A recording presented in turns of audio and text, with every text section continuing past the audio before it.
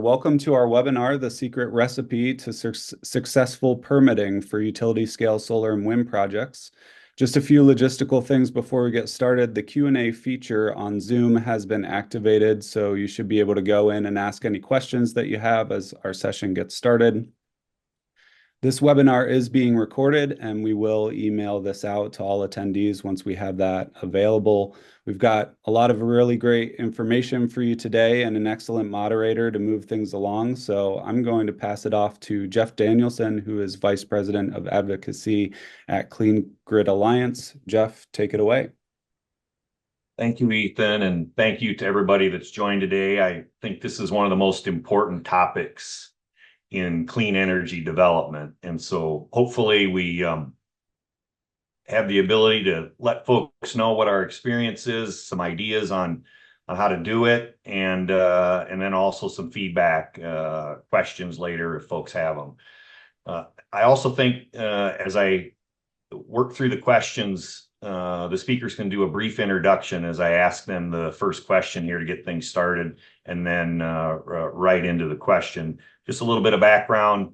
I am a former planning and zoning commissioner at the local level for a city in Iowa. I was also a DOT commissioner for the state of Iowa, and then served on transportation and the infrastructure committees when I was in the Iowa Senate. So I know what it's like to be on the other side of the table when it comes to thinking about building things close to people and all the considerations that folks have for whether those projects should move forward. Let me just say that those of you that are familiar with NIMBY, not in my backyard, know what those situations are like.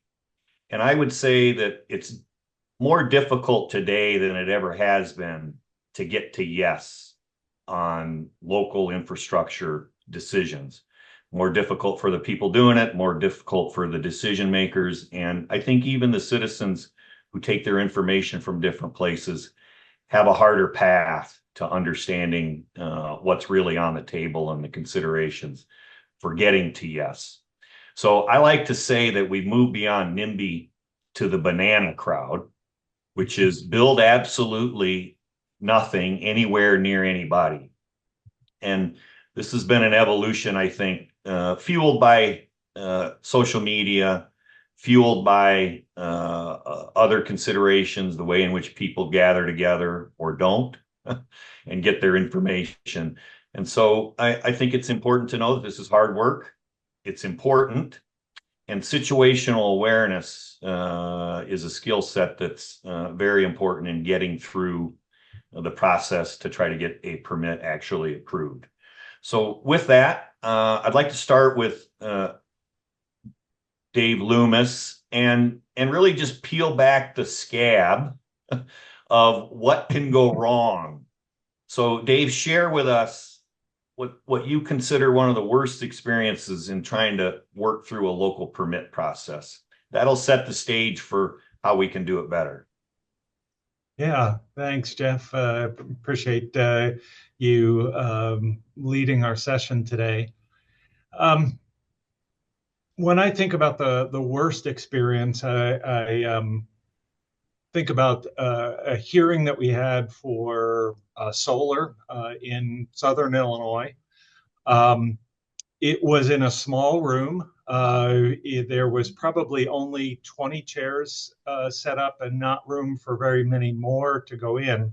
And so right from the get-go, you not only had people standing room only, but it was layers of standing room only because there wasn't like a hallway or a spillover way, so that there were 2 and 3 people deep standing in this meeting with people sitting in the chairs. And the chairperson of the hearing set no ground rules at the beginning. So kind of immediately the meeting kind of lost control. The chairman lost control, and the one of the main opponents was right in front of the speaker, and they devolved into a shouting match.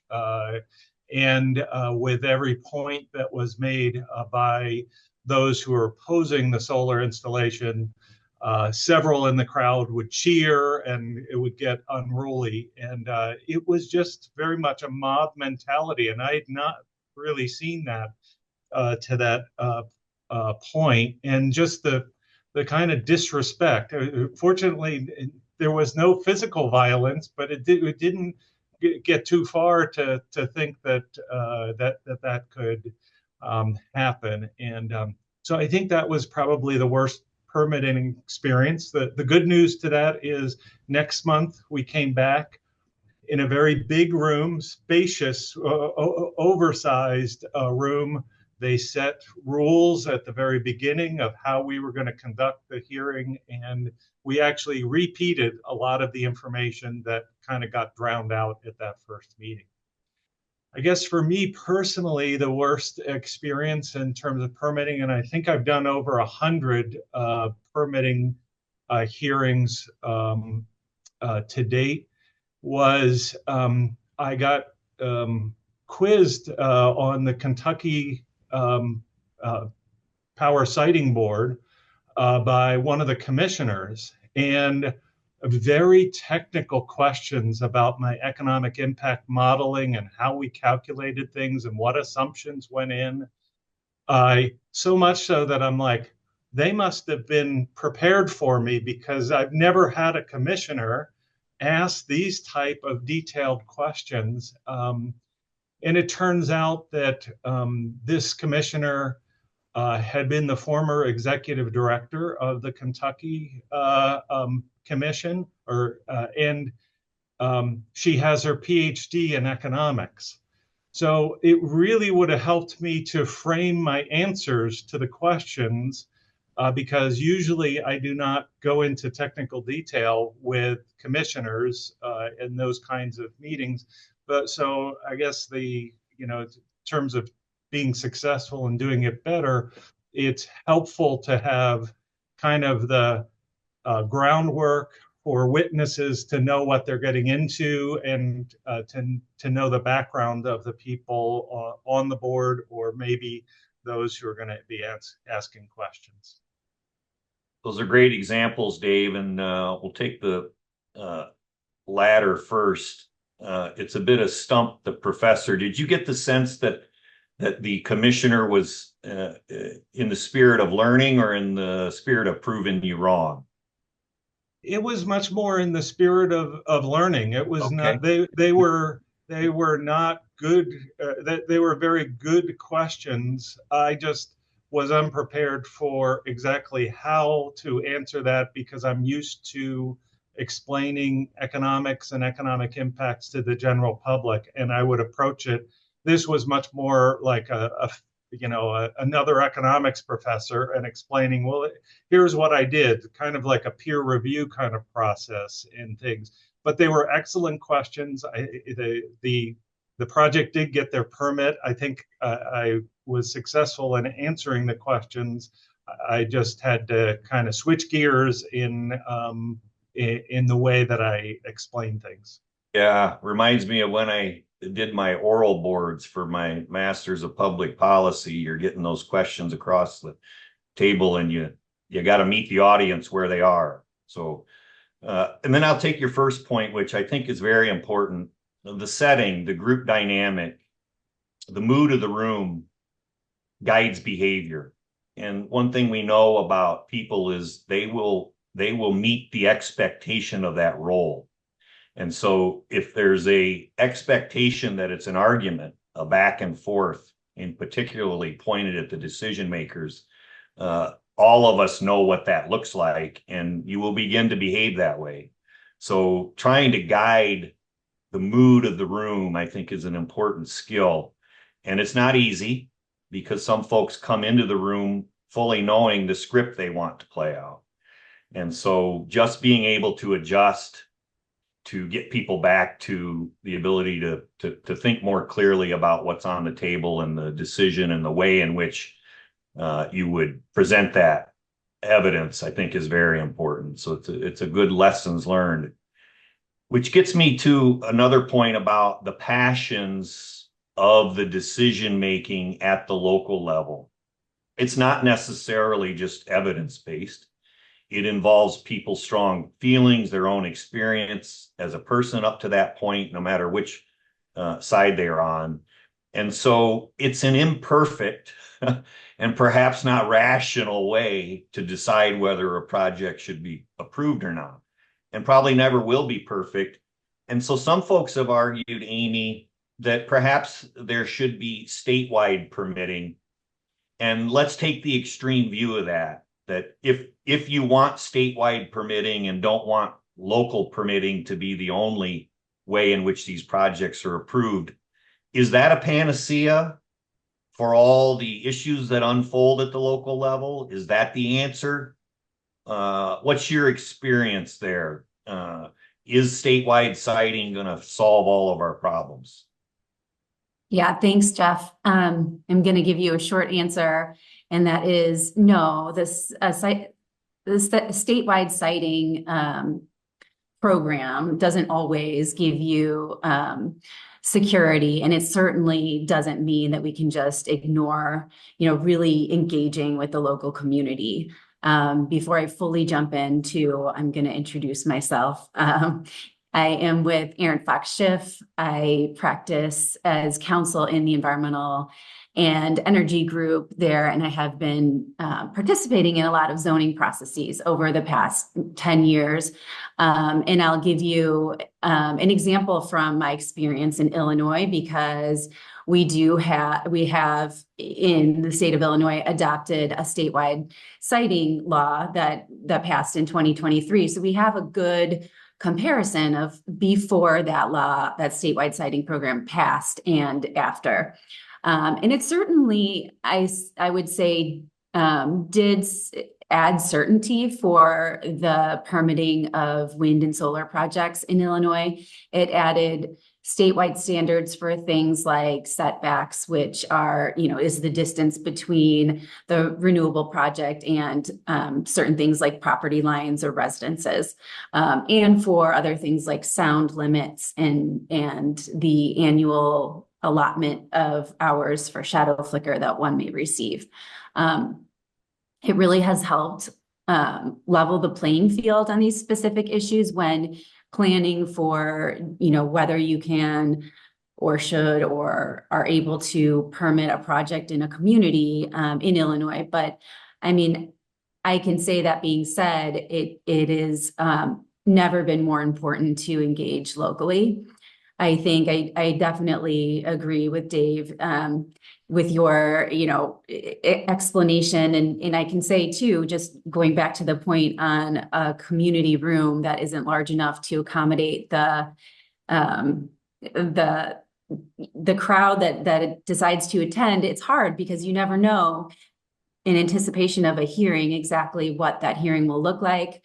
I think that we as representatives of developers can do a lot to change the feel and the vibe of the room when you're going into a hearing. And for example, Dr. Loomis, earlier this week, we were able to say to our team, everyone needs to leave the room to make room for the public so they can sit down, listen, and ask the questions that they want to. So I'm not afraid to kick my own team out in order to make it work better.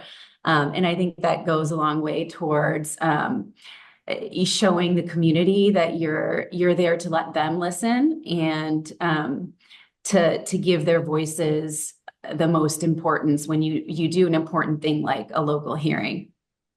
In a state like Illinois, where we've seen wind farms and solar projects that have been developed in communities now over the past 10, 15, 20 years, communities are really becoming more sophisticated. They see projects and how they've been developed. They see problems or benefits either way. And so their questions and concerns are becoming more specific and more just zeroed in on the approaches used to develop projects. And so the questions really are engaging. You do have very detailed, very community members that give a really close review to the projects, reports, studies, applications that developers submit. And so I think that given this transition is so significant and one that is so visible to the local community, it's key to engage them from the very beginning in the planning process and really understand their needs and how they want to see a project like that develop. Yeah, those are great points, Amy. And I think your experience informs us that all politics is local, regardless of whether you have a state law or a federal law. You are still going to deal with the human aspect of building infrastructure next to people. Yeah. And in our country, you're allowed to have a strong opinion about that and show up at those venues and speak your piece. So state laws are not a panacea. They can be helpful in settling some basic questions that Right. should be evidence-based.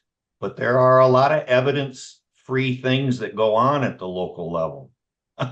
So let's switch to Mariah, and Mariah, do an introduction. And then the question for you is, what role does community engagement play? And perhaps talk about the moment you show up is oftentimes not the first time people have been thinking about this. And talk about the role of other projects and how that sets the stage for the acceptance, and whether that makes it easier or harder depending on what's going on before it. Thanks, Jeff. Hello, everyone. Thank you for joining. And thank you to Strategic Economic Research for asking me to join the panel today. What a wonderful group that you all have put together. I'm Mariah Lynne. I'm the president and owner of Good Steward Consulting. We're headquartered in southern Minnesota. I've been doing this since 2016, 2007. We now have a full-time staff of over 30 good stewards across 21 states. We just passed over 22 gigawatts of wind, solar, and battery energy storage systems. We are laser focused on public outreach and community engagement for those three technologies: renewable energy development in rural areas. And we all have rural backgrounds. The vast majority of us have agricultural backgrounds. So this is what we do. We have dealt with communities and developments now, over 100 of them. And and I'm happy to speak about our experiences. I'll hit your questions here, Jeff. With regard to what role does community engagement play? An increasingly important one, and one that oftentimes we overlook. And I think that's one of the pillars of getting us all together today to discuss. And as Dave talked about the small room in Southern Illinois, I'd like everybody to envision what it was like for the landowners who were participating in that project, who really want that project to move forward, who have something to say to the stakeholders who are making that permitting decision and are surrounded by that level of opposition and that level of excitement in the negative, right?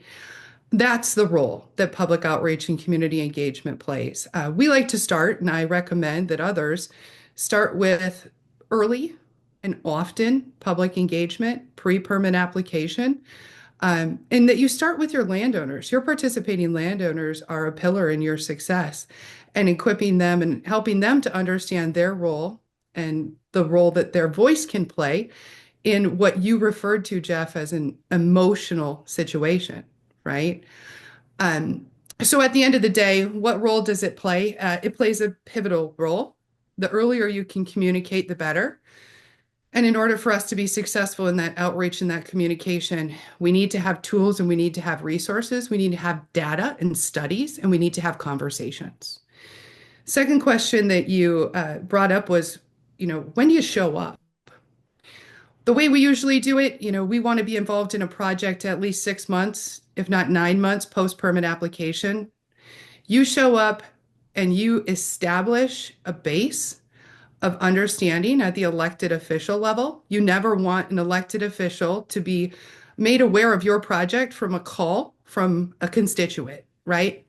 They need to hear from you. You need to be the one to introduce them first so that they're prepared, and you need to provide the data to them so that they're well prepared to handle questions from their constituents as early as you have that data available. So for us, we like to see a lot of background work done. Get your background work done early and be ready to go public. Don't think you're going to be able to fly under the radar. You're not going to be able to anymore. Those days have passed. That ship has sailed. So we need to be prepared with really, really reliable data and information. And we need to be strategic about when the project goes public officially.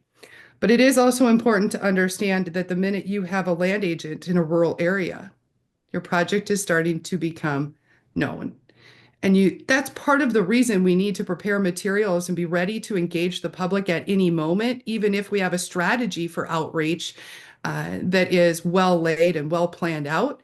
That can pop at any moment of any day. And so you need to be really prepared. It has to be a conscious effort. Your third question with regard to other projects, what role do other projects play? A very large role. We are all, as players within this industry, fiduciaries to the success of this industry. And so as a developer enters into a new host community, it's important that you understand what's come before you, what's coming along beside you, and what might be planned to come in behind you. And that you have to take a amount of ownership in the fact that what you do in your project is going to have a ripple effect on other renewable energy project developments, not only there in the hyper-local area, but also in the region, as well as potentially across the nation. And so it's important that we all recognize the role that we play as good stewards of renewable energy development from day one through permitting into construction and operation term for our projects. You had great framing there of, the topic we usually use is citing about all of these issues and how we navigate them. And it's really about getting a permit, right? Which is permission from the community. But I love the framing of hosting. It's a more sort of inviting way to think about the process. And I love your advice that there are no secrets. It is the job of elected officials to know what's going on in their community, and there are a lot of ways that they get that information. And so I love your example of a land agent. Mariah, just share with me what can go wrong with a land agent who's poking around out there in rural America. And how does that come to the attention of the people that are there? Do they pay attention to what's going on those gravel roads? We do. We're very, very diligent in small rural communities because it's a safety factor and because we all know one another. So if I see a black Ford F-250 going down 163rd Avenue one time, I'm thinking somebody got a new truck. If I see that same Ford black F-250 going down 130th Avenue in the afternoon, and then I see it going down another rural gravel road and another day after day, I will tell you after the second time I've seen the unrecognized truck on a gravel road out this window that I'm sitting next to, I'm texting my neighbors and I'm asking them, do you know who owns the black Ford F-250 that I saw going down 130th Avenue? Because I also saw him yesterday going down this road, right? And now we have a text thread going. And inevitably, what will happen is somebody will pop up and they will answer the question, right? Somebody's had an interaction with the driver of this truck. And in our circumstance, through the scope of land agent work, it can go one of two ways. Right? Privacy is privacy. And hey, yeah, that guy, I know him and he's fine. Don't worry about it. Or if that land agent knocked on the wrong door and had a conversation, that text thread starts to blow up with, that's one of those snake oil wind salesmen. You don't want to answer the door for him. Do you guys know who signed up? And all of a sudden, the next day at Tim's shop at 6:30 in the morning over coffee, they're talking about the guy that's driving the Ford black F-250 and the fact that he's out here saying, signing, fill in the blank leases, right? And so it's important that we recognize that, because if we don't know the communities we're entering, and this is a hard one, Jeff, because you don't know if you have a viable project at the time where you're doing land acquisition. I understand that complexity, but I think we all need to be aware of the fact that when those discussions are starting to take place for land control, you're already having to start to understand your host community and the players therein. It's important that our land agents, keep good notes, keep good records, and share that with the permitting team as well as the communications and development teams within their client companies, because those things all start to build a narrative, and that narrative continues to grow. And as more as we can be aware of what that is from day one, the more prepared we are to understand and try to make sure that we're navigating that narrative appropriately. And folks do know what's going on in their neighborhood, and good neighbors being good neighbors, they will talk, and they have multiple ways to do that now today rather than the old common phone lines, right? We're well beyond it. It's known instantly, and people start to make judgments about it. So we have a question from the audience. It's a more technical question about land agents, but it gets to how do you manage the dynamic, especially when something isn't going quite right. And the question asks, what do you do with the proliferation of unlicensed land agents who are out doing this work but aren't following the law like you are, or whatever the local protocols are? How do you then know that it's obviously going to affect your project and the conversations? What do you do there to try to manage something like that? Let's say a rogue land agent. They could be unlicensed, but let's just say there's a rumor going around that's not favorable to the industry. How do you guys manage that, Mariah? That's a difficult one, but unfortunately one that we see, right? It's a reality of the world that we live in the industry, as well as the growth of the industry and the need for additional resources in all of these areas. So how do you manage it? Manage it first by recognizing it, making sure that there is management of the land agents or the land team that's out there. Try to have an increased standard, make sure that there is clear and open communication. I will say that training is a large part of it, in making sure that you're making it known what the expectations are. A lot of times, I shouldn't say a lot of times, we're humans. We're driven by our behavior to meet our own unique and personal goals. And there tends to be a little bit of friction between what some of those land goals might be for some people and seeing the overall success of a project as a goal for everyone that touches it, right? And so setting proper expectations, holding accountability, providing training, which includes a robust amount of training. This is the company's point of view on this topic. This is the company's point of view on this topic. This is the company's point of view on this topic. The more we can make sure that our extensions in this project world are informed and educated and have proper lines of communication for feedback, the better. I have been in situations, several unfortunately, where prior land agents did make missteps. I will say the worst thing you can do is deny, right? The best thing you can do is to accept that that happened and take proper steps, regardless of the amount of work and unfortunately cost, to ensure that you're correcting that issue, which means replacing anybody that is having an issue. If an issue comes to light later, go back and re-sign. Anybody that land agent interacted with, you go back and you re-sign that. The reason I say that is because I have also had situations where those things have come to light and developers have said, well, I mean, that happened, but it's over. We fired the guy. He's not working with us anymore. It's fine. And then you get to the permit hearing and a lead opponent has gone and grabbed all of the recorded documents that person had an affiliation with and brought it to the permit hearing to say, these people are not trustworthy, right? You have to have the anecdote with that, which is if you go and you re-sign that, you go and you take good notes, you cop up to what happened, and you tell the public what your correction plan was with commitment to transparency and good service, right? Good stewardship. At that point, you have then gone ahead and put a lid on it and we can move forward. Yeah. We don't And I can very bad. Amy? add to that, Mariah, that, your comment about accountability and transparency is absolutely true.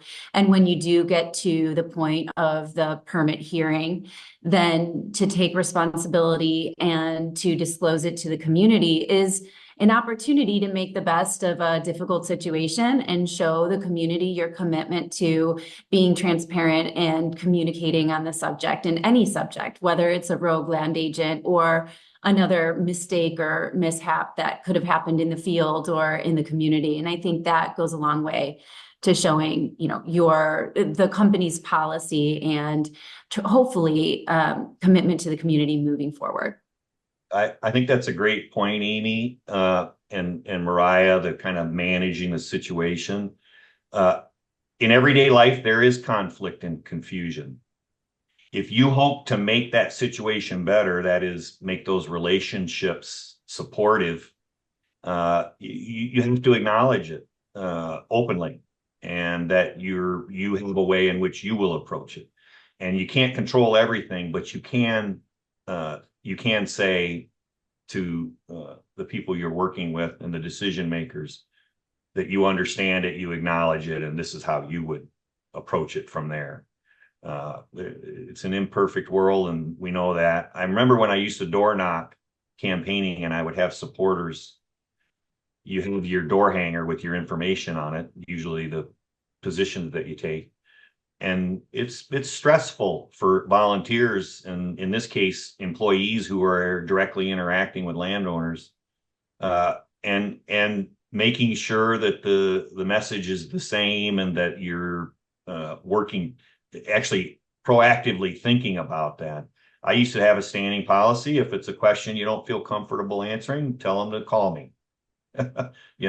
It's there is somebody who we will follow up with, and we value your relationship is the most important message, and that we'll work through anything that pops up. So Dave, any of those kind of sequencing things that you can think of related to that question? Yeah, I think I was just recently at an open house, and there was, kind of poster sessions to introduce the project to the community. They were nowhere near going for their permit, so this was just kind of information for the public to get their questions answered, and that was an excellent event.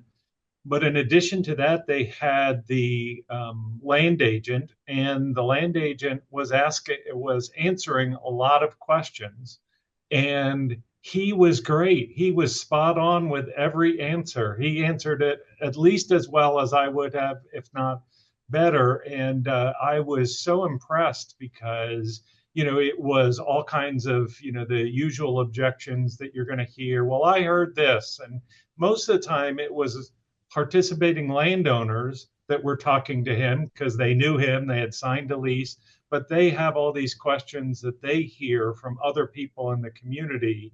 And so it just reinforces this notion that you really need well-informed land agents. And as Mariah said, somebody who knows the company policy and can be a good representative, because they're getting so many of those questions. And then, for the, to underscore Mariah's point, to get to those local officials very early on so that they have the information and they're well-versed in the issues. A little story I remember when, I think it was the very first meeting I was at that Mariah was, it was right before permitting, and the team is getting together for permitting. I had never met Mariah before.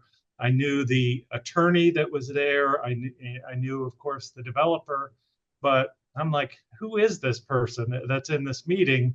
She was a little bossy, I'll say that, but she had all kinds of great information of things. And being the arrogant professor, I thought I knew what my spiel was, but I remember her saying, say this, don't say this, and kind of giving the lay of the land of who the people were, that was going to be in the hearing and so forth. So she had names, she had, people, because she obviously, now I look back, she had been there in the community for months beforehand. And that was so valuable. When I look back on it, it was so valuable. At the time, I thought, well, I'm not sure about who this person is. She's a little bossy telling me what to do here and things. But when I look back, now I'm missing that information. If I go to a meeting, I'm like, tell me who the people are. I want to know the cast of characters. I want to be well prepared and things. So that in retrospect, that was super helpful. But it comes obviously from months, if not years, of previous work in the community, engaging and knowing what's going to happen. And I think that's critically important. I like my role as being an expert coming in and talking about all this stuff, but you have to do all the groundwork to make all that information really useful and make sure that people haven't turned their minds off and their ears off by the time you get to the permitting, that you're able to present your case and that you want to present. And oftentimes I think it feels like things you don't get a proper airing of those facts and things that you're bringing to the community. Yeah. And it's not easy, right? One of the greatest fears of people is public speaking. It's even harder when you're in a formal setting that has a certain cadence to it that people aren't used to. And so humanizing, personalizing it, knowing why people are there. I think it reminds me of, Shakespeare, all the world's a stage, men and women merely players. And what I like about this conversation and the lessons learned here for those that are doing this work is that this is a process. You're hyper focused on one moment in time, which is the permit approval. But if you miss the learning moments leading up to that, who's a real opinion leader? Which commissioners don't really like this stuff? Is staff feel like they can speak openly about the issues on the table? There's the legal, but then there's the political, then there's high opinions, low information folks. And so I always thought about my campaign as a beginning and an end. And I knew more about my district at the end because I had engaged door to door and was obviously a better person at the door at the end than I was at the beginning, but I embraced that process. So we foreshadowed actually a question from one of the audience members, and they wanted some advice on how do you manage a productive community meeting? I'll start with Mariah here. What do you think about before you go into a meeting? I will tell you, I'm a Navy guy. My job was electronics warfare. I was supposed to know who could hurt us and what we could do to them in return. So I always planned on the worst case scenario because then I could work back from that and every contingency would probably fall in somewhere in that spectrum. Mariah, what's your advice on how to think about managing that meeting? Is it an active process or do you just take what you can get? Never take what you can get. It's an active process. And much like you, I think in the world of scenarios, best, worst, most likely. But the best way that you can be prepared for an effective public meeting is to know your audience. I will say, I can die happy now that Dr. David Loomis has called me bossy. What a pleasure to have that. But I think it did actually, thank you for sharing that, David, because we went into that meeting, and I specifically remember that one, knowing who our audience was, right? We knew what the room was going to look like because a member of our team had gone there first. We were in charge of setup. We offered to do that, right, for the commission. And we know who those players are. We didn't find that out by Googling it on the way to Indiana from Minnesota or Illinois. It was through months of research and understanding, again, the host community. And so I think that is probably the best way to make sure that you have a successful public meeting is to know your audience and stack your deck, right? So in those types of situations, we need to have people there that are pro project. And those people need to be worked with for an extreme length of time to be built up, to have pride and confidence in their support for the project. That is not a 2-day scenario. That is a multi-month, ongoing level of communication and relationship building.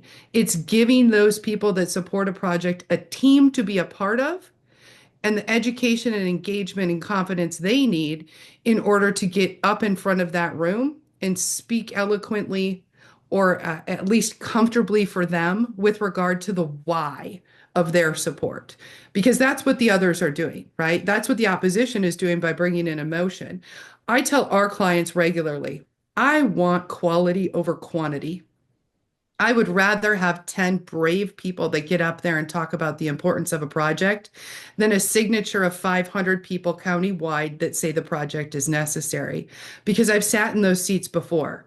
And when you have angry, emotional people coming at you, you need to have, again, I'm going to use the word again, the anecdote, which is to have confident, emotional people that are proponents of the project. So don't forget to stack the room, but don't think you're going to be able to do that with a 2-week notice. That's a long-term strategy. Know your audience. Don't think you're going to be able to do that with a 2-day notice. That's a long-term strategy. Know the environment and be prepared. I will also say laying a foundation of project awareness and project-specific data and data points, as well as building strong relationships in those host communities months prior to the meeting, will come back to you in spades. That's how you have the best case scenario. If we've laid a solid foundation of trust building within the community, within the landowners, within the elected officials, if we can walk into that room and shake hands and know everybody's first name, and they know ours, we're going to have a better meeting. Yeah, Let's I can pull add to that that thread. too. Yeah, let's pull that thread a little more. And Amy, I'm gonna pivot to you and then Dave. So are we in the mind changing business? How do we react to misinformation, disinformation, and malinformation? So I imagine a room, you've got the decision makers, you've got staff, what we'll call neutrals, experts, and you've got either side. And then sometimes you have just pure observers who just like the entertainment of conflict. And I think that's an important aspect of what people derive from this, particularly in social media. So Amy, help me understand, are we trying to prove every wrong right? How do we work through getting to yes? And how much energy do we put into the opponent's use of misinformation, malinformation, disinformation? It's an important dynamic today. How much effort do you put into that? And are you really arguing with them, or are you trying to show the decision makers what the answer is through that conversation? Yeah, thanks, Jeff. Yes, I see it not so much as changing minds, but educating communities on where the developer is coming from, what this means to the community, and also what the legal implications are. I would say, just as Mariah works behind the scenes with landowners, with land agents, with elected officials, when I come to a project, I really like to start early with those that are making the legal decisions and engage with the state's attorney. For example, in the county, the state's attorneys are so busy and engaged often in criminal trials or doing things that have no relation to zoning processes and don't often need to participate in zoning decisions. But in big changes like we've had in the last few years in Illinois, where the siting law has come into effect and really changed the way counties and their authorities, the amount of authority they have, it's been very valuable to meet with state's attorneys, learn where they're coming from, and have a discussion early about what to expect. If it's the first large renewables project in their community, they will get questions from the staff, from the county, from their constituents about how this works and what they can expect. And so it's really important to make that relationship as well. And also to engage with those zoning administrators and folks who will be running the hearings so that we have an expectation of process and procedure and avoid situations like the unruly solar hearing or things like that. So we can plan to make it a smooth legal process. And a lot of the ways that we do that to not so much change minds, but to educate folks. It's from the legal perspective, and also to just put on a very professional front and make it, we don't want to have mistakes. We want to be as professional and as respectful as we can to the community. And I think that goes far, setting the stage for a smooth public hearing, like the comment that we received from the public. So I think this is a good question for Dave as a professor, but then also as a tactician. You're hired to go into these meetings and to be evidence-based. And Dave, I don't think you know this about me, but I was an adjunct professor, and I love the idea that students could argue and take a different position. And there, it's a learning environment. In these community meetings, it's a question of who wins, right? Who influences the decision makers and whether they thought they achieved that. How do you deal, Dave, with somebody who's evidence-free? They're just allergic to the evidence. Tell me how you, in the moment, manage that while you're trying to maintain a good relationship with the decision makers.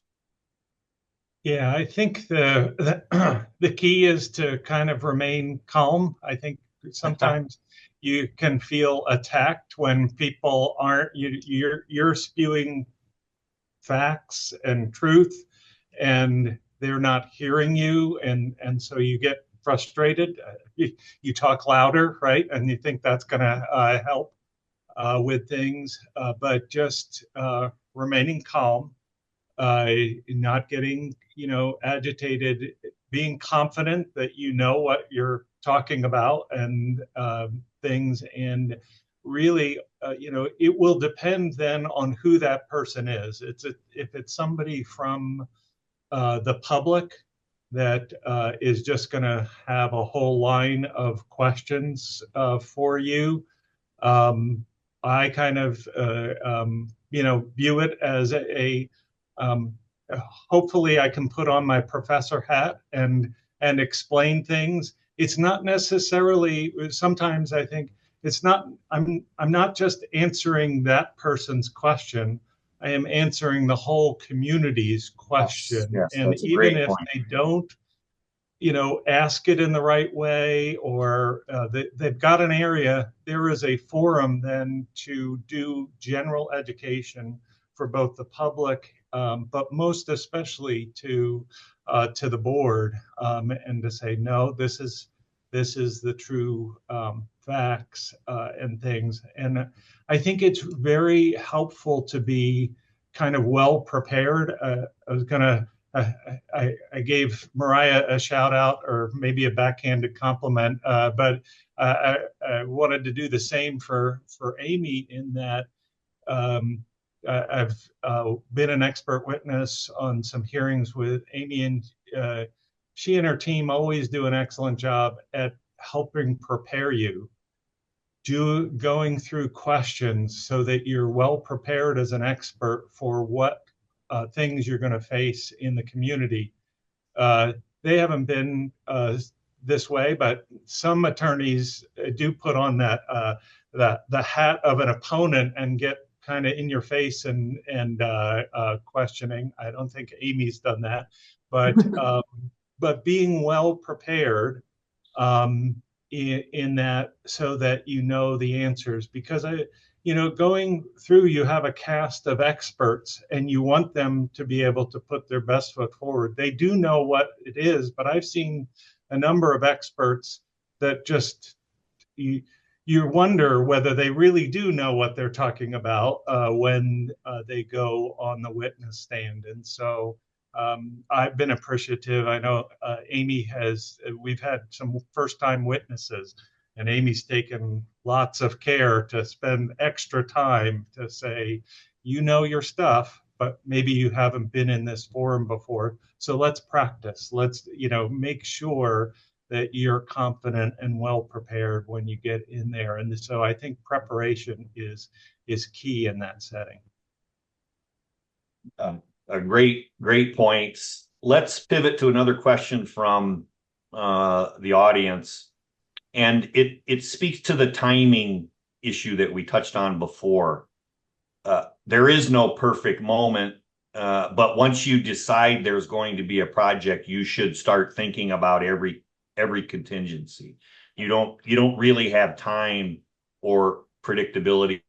Particular issue comes up. So the question is, when you talk about engaging early, I think this is a mindset sometimes that we have to kind of disavow ourselves of. So the question is, how do you prevent the town and the staff from reacting negatively because you come in and started the process? I have my own opinion that that's not possible. It is a part of the process. But how do you get the company and the folks that want the projects to know that really can't be eliminated, that a negative reaction is as much about the management of it? Even if it's a supported project, you're probably going to get a negative reaction eventually. How do you get the team prepared for that up and down process, Mariah? It is a process, and it's going to go up and down. There's no moment where you're going to completely negate opposition. Absolutely. My mom, her name's Leoba. One of the things she repeatedly says to me is that a known problem is a problem we can solve. And so what if we go public with a project and it garners opposition? The opposition's already there. We're not going to garnish it. We're going to be aware of it more early in the process. But I can deal with knowns. We can navigate knowns. The worst case scenario is where, and I'm going to use the term fly under the radar again, right? We're not out there. Part of communication, and a vast, important part of communication, is not just educating and going out and talking with people. It's the listening component. So we have to be listening within our communities. We have to be listening to our elected officials and to community stakeholders from day one. You don't have to be public to listen, but you do need to listen from day one. So if we get into a circumstance or a situation where us being more public with the project garners something like a emergency meeting, right? We're going to call an emergency meeting. We're going to get everybody together because, oh my gosh, there's this development coming in and we don't feel like we know enough about it, right? Okay, we know we have a community that is going to be on high alert for change, right? There are things to learn in each of those actions, and our reaction can really start to help us lay a foundation of trust within the community to build for effective communication with stakeholders in the broader outreach campaign. So it's so hard. The number one question I get asked is, when do you guys go public with a project? What's the right time? And the answer, I know you're not going to like it, but the answer is it depends, because every audience is different. And that's where I'm going to, go back to that research component. Know about your community. Do the research necessary to be able to anticipate the level of acceptance or opposition that you're going to have. And there are signs that you can look for, but you have to get into the community and have the discussions to discover those signs. This isn't Googleable. This is going to these communities early and having conversations with stakeholders and asking questions, not about renewable energy. You don't even have to talk about it. And we do this sometimes. We go into communities and we say we're a consulting firm. We work in the renewable energy industry, and we're looking at your region. And we'll sit down with stakeholders and we'll talk to them, not about any specific technology. What we're talking to them about is what's life like here? And when you have those what's life like here discussions, what was the last really big thing that the whole community gathered together to support? What was the last big thing that the whole community gathered together to fight? What was the last divisive thing in your community where you saw two groups form and you saw there was some discontent or some contention, right? These are signs, but we have to go out and pick up on the signs and do our research in order to anticipate that. The more of that we do, the more we can prevent or at least successfully navigate a sideways decision after the project has begun to be discussed in further detail. There's a DNA there, right? There's a shared learning experience of a community. And if you're an elected official, you've probably been in it. And those questions are not hard to answer. For everybody else, they only saw a piece of it and maybe either an opposition or a supportive piece. But that DNA and that personality of the group is just like a individual. It does guide their behavior based on that. So there's an art here, right? There is some science around community behavior and the way in which these things unfold. But I think the panelists today, what they've shown me is that there's an art here, there's a judgment, there's an active management of that process that has to take place. And you can't guarantee everything, but you have to be able to manage the ups and downs. And if you do your homework, you'll be prepared in that moment to make the best decision with the information that you have. We are at the top of the hour with just a few minutes remaining. I want to thank the panelists for sharing your expertise. I said at the beginning that this is one of the most difficult jobs in clean energy, which is the local community engagement. I don't think it gets the attention that it should, and it has to be invested in. And people that do this work are on the front lines, basically. And I compare it to campaign work. Your field staff, who is out there every day listening in the coffee shops, are your best information about what people think about the project. And so making sure that that's invested in, that it's a part of the decision making, it's not just a sidebar, what do we know over here? It has to be fully integrated into the puzzle that gets you to the permit approval. So we appreciate Mariah, Amy, Dave sharing your experience. We appreciate Strategic Economic Research for bringing us together today. And importantly, that the audience was able to spend some time. We're all busy in this world. We know an hour is valuable, and we appreciate that you shared it with us. I will turn it over to Ethan for closing comments, and then just thank everybody for the opportunity. Yeah, thank you, Jeff, and thanks to all of our panelists for your expertise and sharing your experiences with our attendees, and thanks to all who attended our webinar. This session is being recorded, and we will have that available for all attendees soon, so we'll email out a link to you once it's ready. And we do plan to have more webinars throughout the year on similar topics, so please feel free to follow Strategic Economic Research on LinkedIn, and all of our panelists here are active on that platform as well, so feel free to reach out to them as well if you have specific questions. So thank you all. Have a great day, everyone. Thank you. Thank you.